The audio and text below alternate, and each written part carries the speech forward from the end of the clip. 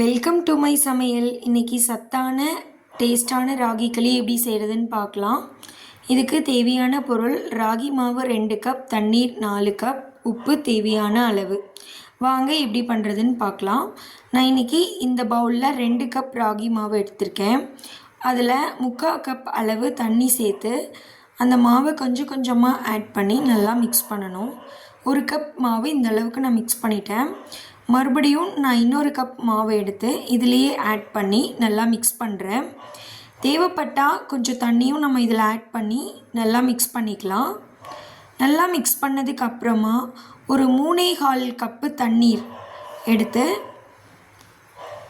இந்த மாதிரி ஒரு சட்டியில் நல்லா கொதிக்க வச்சுருக்கேன்.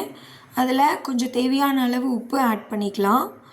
தண்ணி நல்லா கொதித்து வந்ததுக்கப்புறம் நம்ம கரைச்சி வச்சுருக்க இந்த ராகி மாவை அந்த தண்ணியில் கொஞ்சம் கொஞ்சமாக சேர்த்து நல்லா மிக்ஸ் பண்ணிக்கலாம். பாருங்கள், இந்த மாதிரி நான் எல்லா மாவும் சேர்த்து கொஞ்சமாக நான் மிக்ஸ் பண்ணிட்டேன்.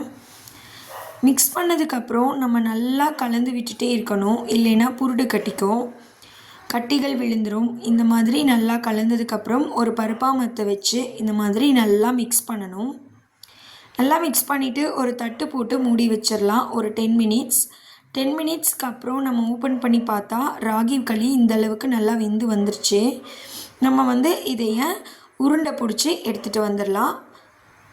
இப்போது இந்த மாவை நம்ம தொட்டு பார்க்கும்போது இந்தளவுக்கு கையிலேயே ஒட்டாமல் வந்துச்சுன்னா மாவு நல்லா வெந்துருச்சு.